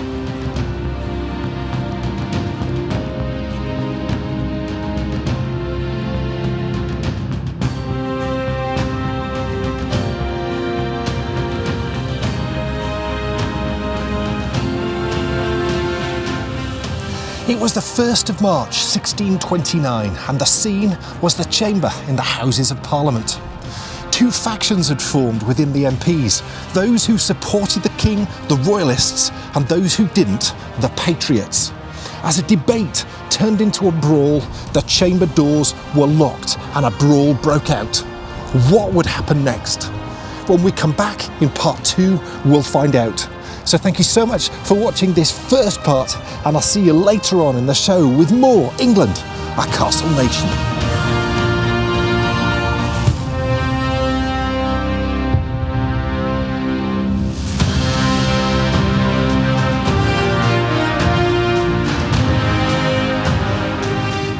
Oh my goodness, I hope you enjoyed that, folks. Did you see that church? Do you know what? Just beautiful. It's such a rugged countryside. It's properly up and down. It's really, really rugged, and you don't expect to suddenly find yourself in this great big expanse of a graveyard with this really huge church for the size of the place where it is. And it's all because of the presence of the castle. Because the Normans built the church, and when the Normans built the castle, there was loads of people there. So they needed a big church to cater for all the congregation. So now, this lovely little quaint place in Cumbria is left with this church that's bordering on something you would expect to find in a big town like Helmsley. Absolutely. And part two, this castle was brought back to life after about 128 years of being burnt out by the most wonderful lady called Anne Clifford. And we're going to sort of delve a little bit into her and her story. She's fantastic. She sounded like a fantastic person. She's so cool. And actually, Anne Clifford will come up in the final episode as well, because she's such an amazing person. Yeah. But look, my goodness, this is like the ultimate what's off your needles. I know, 4 things. And they're all cool. I was all prepping for Sockoween. And they're actually, 2 of them look quite seasonal. They do. 3 of them do. They do? Yes. So, come on then, let's have a look. Kay Jones, what's off your needles? So the first thing is the hat that I was talking to you about. So the first one is finished. I haven't blocked this yet, actually. I wanted to wait and have them both finished. But to be fair, I don't even know that it needs a block. So I think I've got the length right for it. It's so difficult, isn't it? Because I didn't want to do it too long, so there was slouch. And, look, I'm sure it'll be fine. Are you going to put it on? Do you want me to? You can do. Sure.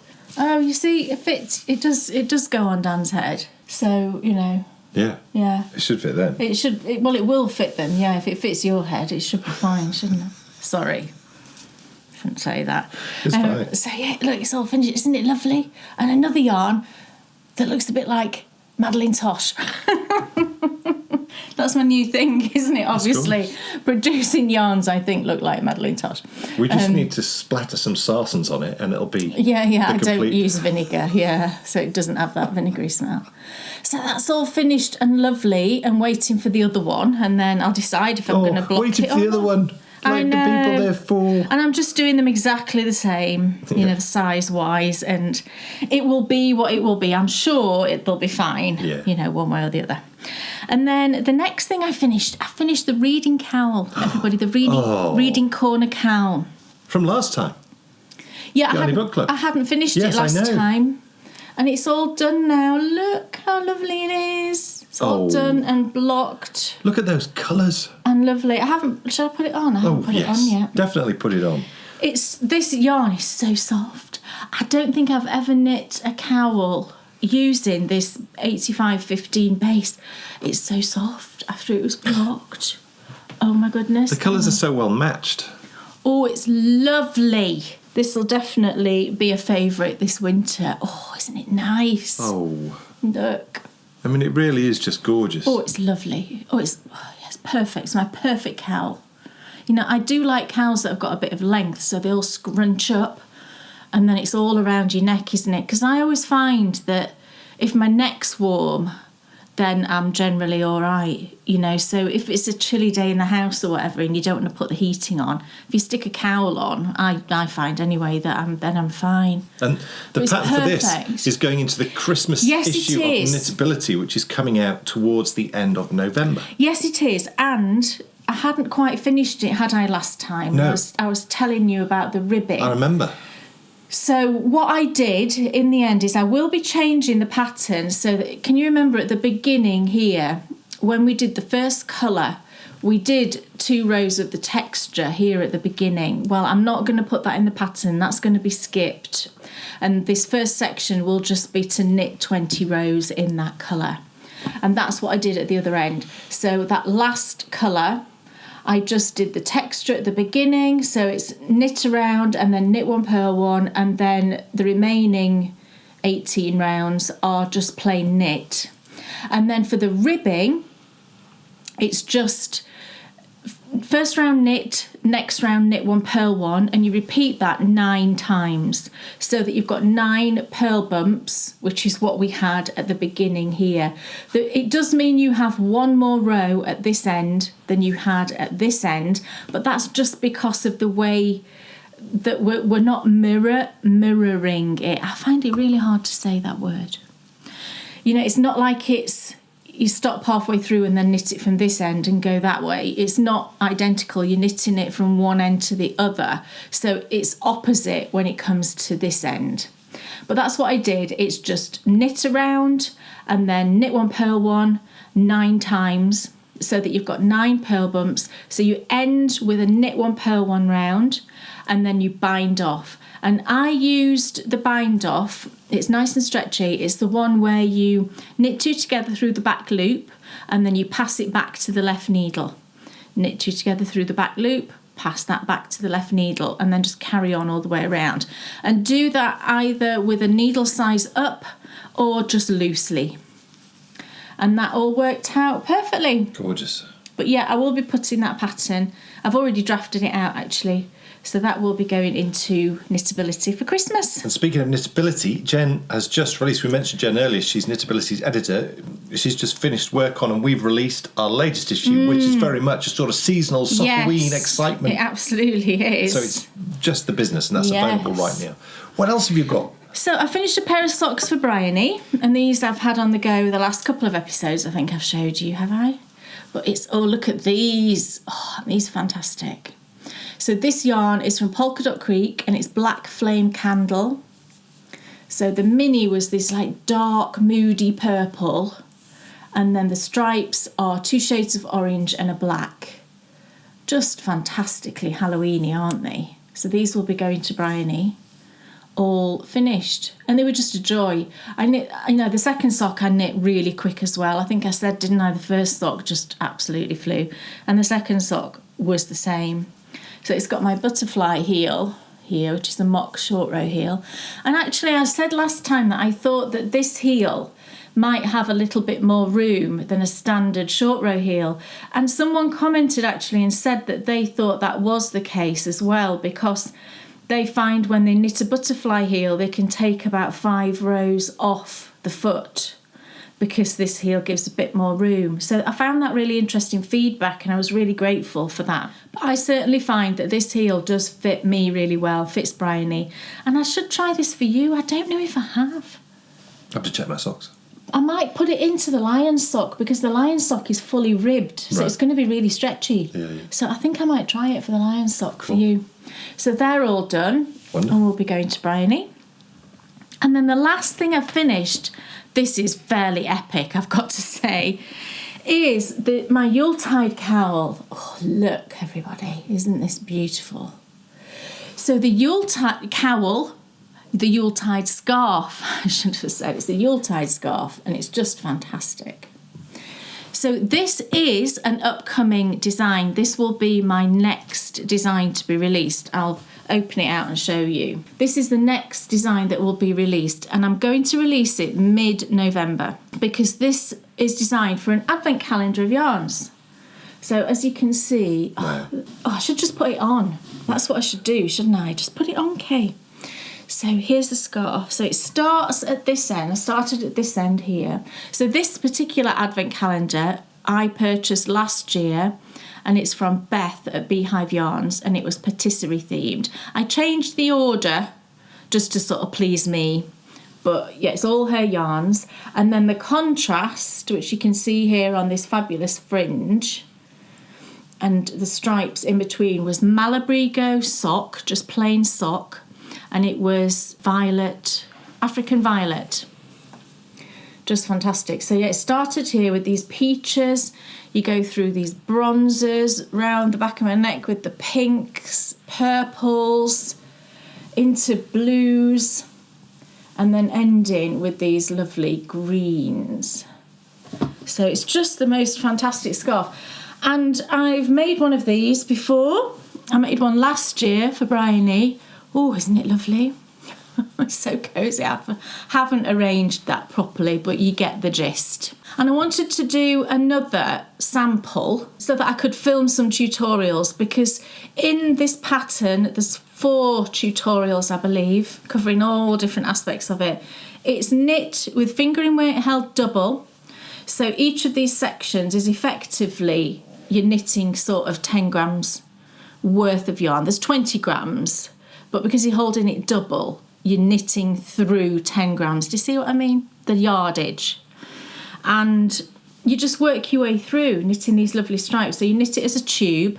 One end is kitchenered and the other end we just seam together, and then we add the lovely fringe. So all of the different aspects that are sort of particular to it are included as video tutorials. And also there's one of the videos in there shows you how I knit this kind of a thing in the round, because do you know when you get a good amount of fabric sort of on your knee and then you're knitting in the round like that, you have to sort of mess around with it. Well, I don't know if this method exists or if everybody does this, I don't know. But I show you in one of the videos how I knit it so that you don't have to do that. You don't have to mess about with the scarf itself. You can just do this little technique and then carry on knitting, and it makes it really quick and lovely to knit. So that's all finished, and this, isn't it beautiful? I love the colours. This will be a birthday gift as well for Bryony this year, because she loves her scarves. Wonderful. 4 gorgeous projects. I know, how cool. And now it's time to return to Burkes Castle and to discover a little bit of the story of Anne Clifford.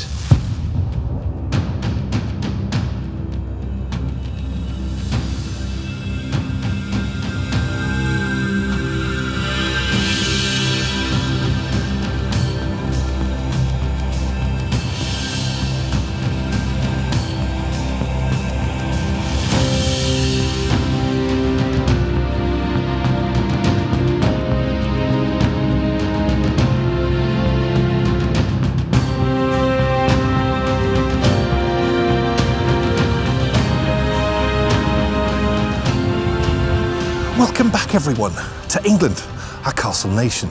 Now, we've made our way back inside the wonderfully rugged Burkes Castle. And the year is 1629. The country is on the brink of violence unseen since the Wars of the Roses. But before we pick up that story, I'd love to show you a couple of my favourite places in this fantastic castle.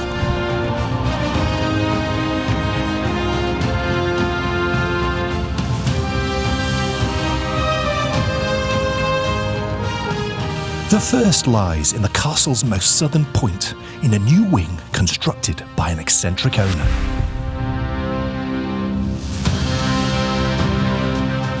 It was Christmas in 1521 when a great fire engulfed the whole of Burkes Castle. Anything that wasn't stone burnt to the ground. And for the next 128 years, it was abandoned.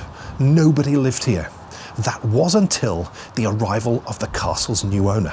That was Lady Anne Clifford. She installed this whole new wing, including this really wonderful tower, and it was called Clifford's Tower in honour of the lady who built it. The ground floor of the tower was used as a laundry room, with 2 private rooms above by Lady Anne herself. She was a legendary eccentric. We know from written histories that whenever she heard a saying or phrase that she liked, she would write it down and hang it on her walls so that she could remember it. She was also renowned for her dress sense. The sermon preached at her funeral stated it was not disliked by anyone, but it was imitated by no one. What a woman she must have been. Just a short walk from Lady Anne's chambers are her private stairs, a piece of history this fascinating lady would have known intimately. I don't know about you, but I love bits of history like this. So it's with great excitement that I can show you exactly where Lady Anne Clifford walked. They were running up to the 2nd floor of a private new wing that she'd constructed into her private rooms. So it would have been a bedroom, her study, and then also adjacent to that would have been the castle's new hall. Maybe she had in her hand a little piece of paper. She'd heard a great saying from someone in the castle precincts. She'd written it down and she's rushing straight up these stairs to pin it on a wall. Sadly, there's not too much left, but there's just enough to give us an idea what they would have looked like all the way up. Once, they would have carried on upwards into the rooms that we can see beyond. Constructed around 1649 as this remarkable woman breathed new life into a castle which had lay quiet for over a century. If these stairs could talk, you can only imagine the stories they would tell.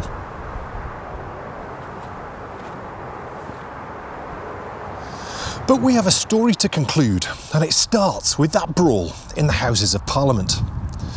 This was the moment when the battle lines were drawn between those who were loyal to the king and those who weren't. And with fists flying, Charles had no choice but to shut Parliament down once again. This was a fatal mistake because it was seen by the public that Charles was abandoning his people. Now, without a parliament, there was no money, and so the foreign wars had to stop. Peace had to be made. And for the next 8 years, Charles decided to try and go it alone, to try and rule without parliament, without the MPs. And it was around this time that the Venetian ambassador wrote in his dispatches what Charles was like. And this is what he said. Charles is 36 years old and in the prime of his life.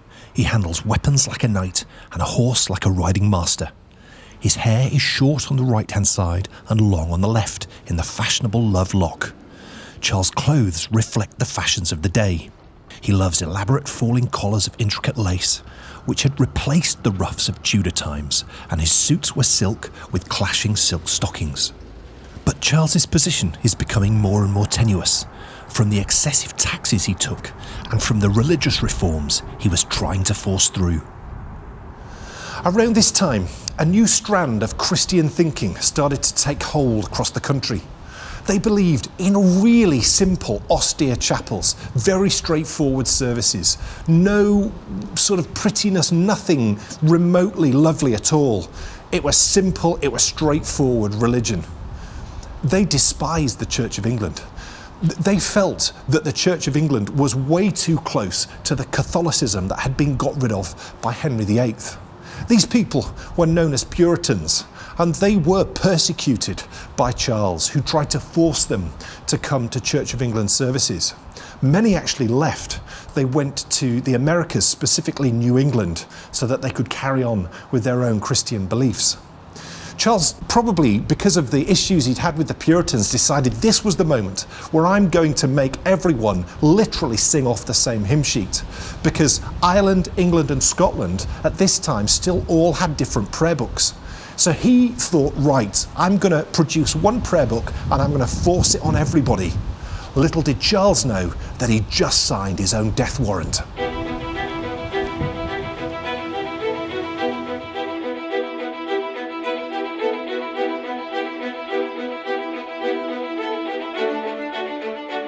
The first blow struck at Charles in the English Civil War came in Scotland. As the Dean of Edinburgh read from his new prayer book, a woman in the congregation threw her stool at him. A riot ensued across the city.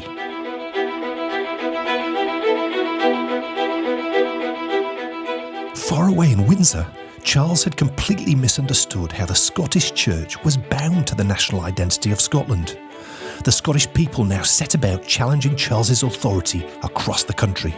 The concern was, if one part of his kingdom could falter, would others follow?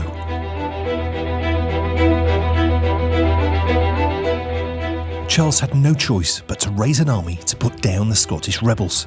The decision weighed heavily on him. Subjects of the same king had not come to blows in England since the Wars of the Roses over 100 years earlier. He saw this as a failure of his kingship.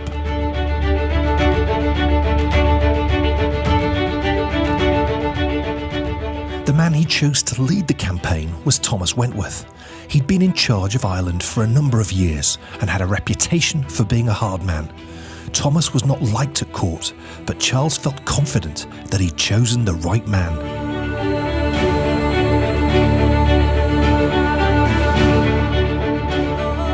order now started to break down in England in the same way it had in Scotland, but with much deadlier effect.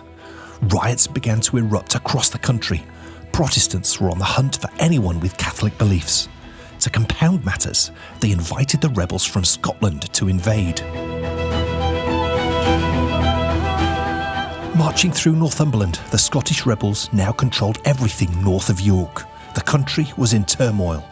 The time had come for Charles's Irish enforcer to step up and push the Scots back. The problem was he'd just been arrested by Parliament, who'd accused him of treason.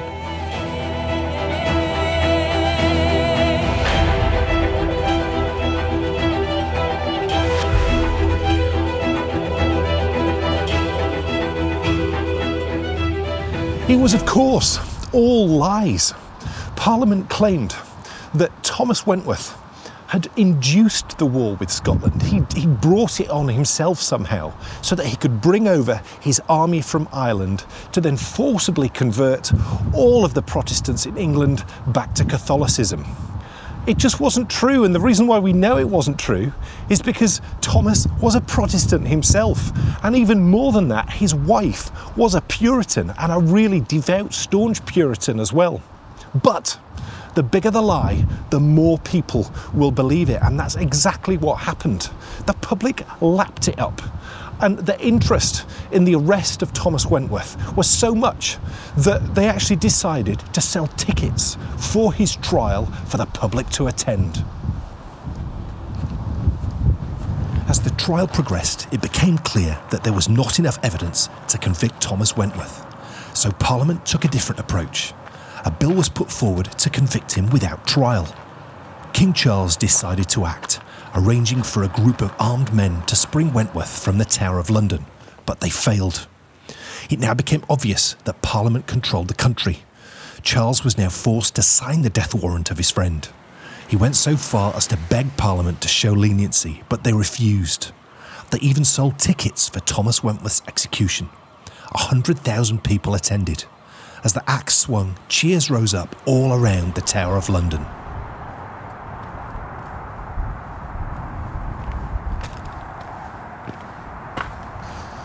This was just the start. Puritanical Protestants were now in control of the country, and the next people on their hit list were Catholic priests. They were warned to leave the country, but many refused so that they could continue to take care of their congregations. Those who were caught were executed.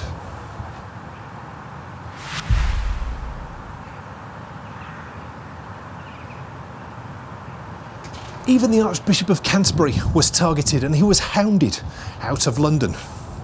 Churches were now attacked across the country. Altars were pulled out, tables were put in. The Puritans believed that altars shouldn't be ornate, it should just be a simple wooden table. Statues were pulled down, anything ornate was got rid of. This actually ended up being a public relations disaster for them, and the public now started to turn against them for the first time really in this confrontation. The Queen was terrified. She was obviously a staunch Catholic, and she was just so fearful that she was going to be potentially captured and, who knows, maybe even killed. So she approached Parliament to ask their permission to leave and to take her youngest daughter with them. They refused. Charles's third kingdom was Ireland.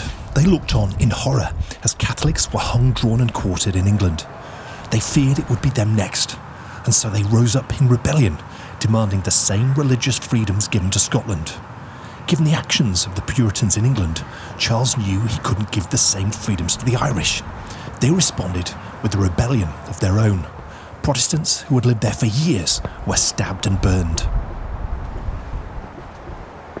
For the English rebels, this showed them that they were exactly right. The Catholics of the kingdom were rising up and they were taking control. And so the Protestants, the Puritans, they had to defend themselves. What's so tragic is it's the epitome of a vicious circle, because now the Protestants, they use this as a superb propaganda tool to rally people to their cause. King Charles knew he had to do something before the situation spiraled completely out of control. So he signed a peace treaty with the Scottish and they all went home. Charles then could race back to London to take decisive action against the rebellious parliamentarians. But was he too late?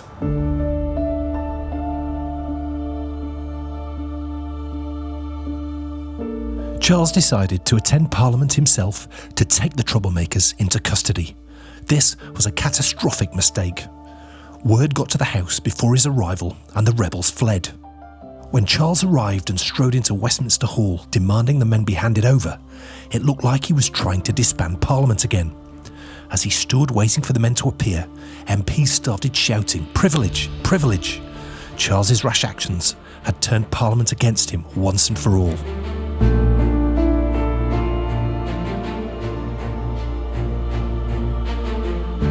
Just a month later, Charles escorted his queen and their daughter Mary to Dover and waved them off as they escaped to Holland. As the ship sailed out of the harbour, he rowed along the beach, waving his hat in the air goodbye until they disappeared from view. It would be the last time he saw his wife for nearly 2 years.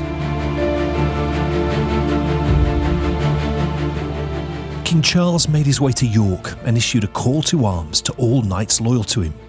By July, the country was well and truly split, with only a third of MPs actually attending Parliament. Charles and his family actually started to feel like this was a fight they might just win. What was the root cause of Parliament's argument with the King?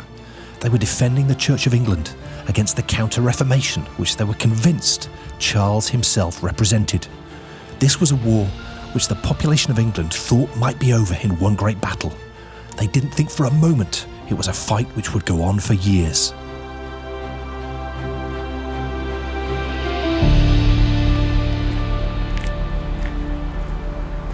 The two sides now stood facing off against each other. Charles in the north, surrounded by his royalist supporters, and the parliamentarians in the south. And in this moment, either side could have won.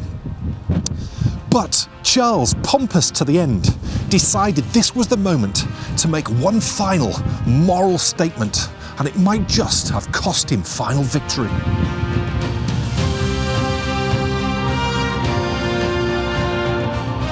He decided it would be right to show reluctance to agree to war.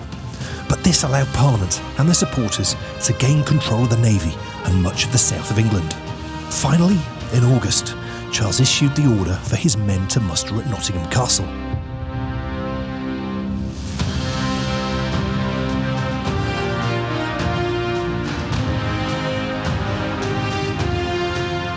But what of Queen Henrietta Maria on the continent? Well, she was getting as many weapons and cash as possible and sending it to Charles for the battle ahead.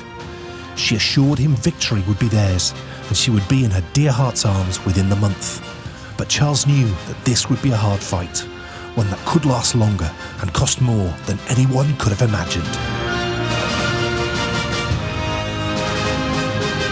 In this final battle, an old favourite would be called out of retirement.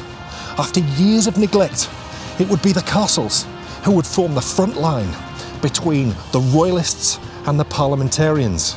And they would prove to be so effective that when the battle was over, they would be destroyed so that they could never be used again. Who would win? Who would make that fateful decision? And what would happen to Charles?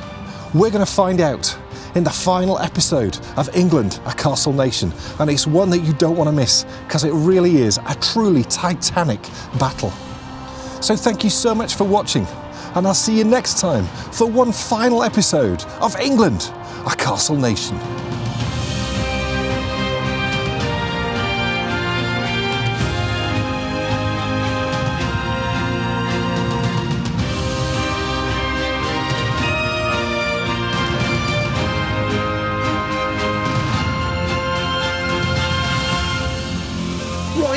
The stage is set for a dramatic conclusion. A conclusion which will mean the end of the castles. And it will also see, this is the moment in history when government as we know it today was formed. Amazing. So it's like we said at the start of this series that within this series we were going to tell the story of the end of the old world and the beginning of the new. And we've been charting that right the way through, from the fireplaces to the glass in the windows to all the things that we've covered. Now, the sort of final domino to fall is the government, which in this country and really across the world, it's where you've got political parties. Because what forms out of this turmoil that's kicking off are political parties, the very first political parties. But Anne Clifford, what a woman. Amazing. Same dress sense as me. Admired by many, imitated by none. Wouldn't dare. I love it. Yeah. She was such a formidable woman, and just amazing to sort of see how she breathed life into that castle. And we'll actually be covering the story of how she did that, because the story of how she did that actually happened after the Civil War. So we'll be covering that in the final episode. And to actually walk literally in her footsteps as well was so cool. Well, that I get so excited in those sort of circumstances. It's amazing, that, isn't it? To me, gives that's you when a sense of like place and grounding. And the people. Because sometimes you get caught up in the big sort of architecture and the sort of... I love the stories about the people and their lives and how they lived and things they did and where they walked and what they wore and all those sorts. So we know exactly where this amazing lady lived and walked, and I mean, just wonderful. Brilliant. That's to come on the 1st of November, because before that we've got like the most super seasonal, epic, classic bakes ever. 2 things, everybody. 2 amazing recipes. Yes, very, very seasonal. You're going to love them. And I'm going to love eating them. Yes. Yes. Don't miss it. Honestly, it's like English, Yorkshire. Yes. All of those things all mixed into one in a delicious package that you will all enjoy. That's enough waffle, because it's time for the Endy Bits. Endy Bits. Now then, we mentioned at the start of the show that Sockoween is underway. You've cast on.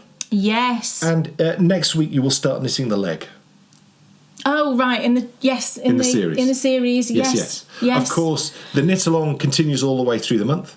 And also as well, Jen has got a wonderful yarn review coming up later on in the month. Yeah. And I've got a self-contained knitter as well, a sort of spooky Sockoweeny self-contained knitter, which will be fun. There are prizes as well for Sockoween, which I spoke about. Yes, very exciting prizes. And I told all of our patrons about those on our last pop. But I will mention those maybe next time on the show. Next time I'll let you know what the prizes are. Cool. Yeah.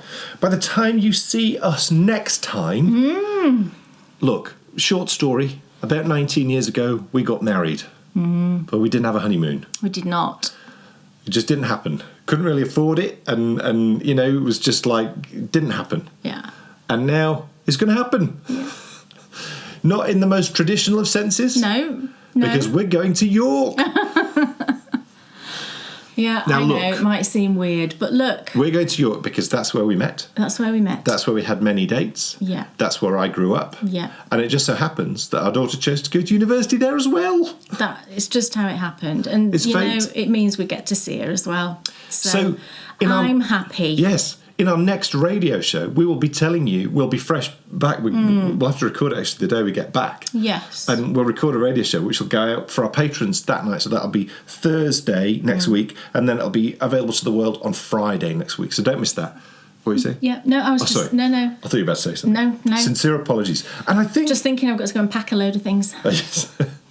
And I think, ladies and gentlemen, that's it. What a show. Yes. So many what's on your needles. Lots of them. Wonderful what's off your needles. I know. Very exciting goings on. Not bad, really, considering the last 2 weeks that we've had, really. I know. It's spectacular. Not bad.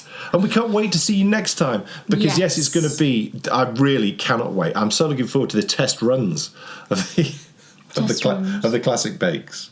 Oh, yes. Yeah, obviously Dan likes it when I test run the recipes because then he has to eat it all. Yes. So, folks, thank you so much for watching. Take care of yourselves. Thank you, everybody. Have a great Sockoween if you're knitting along. Please do join us. Yeah. And we'll see you in 2 weeks with more. See you soon. Bye.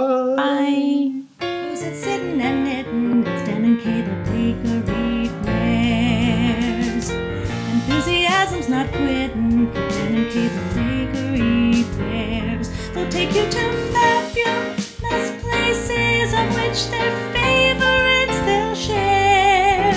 You better buy a pattern and get yourself a bakery bear. in a castle while watching the bakery bears. It never feels like a hassle to sit and watch the bakery bears. What's on your shelf or what's in your oven, or maybe a shawl you'll want to wear. So sit yourself right down and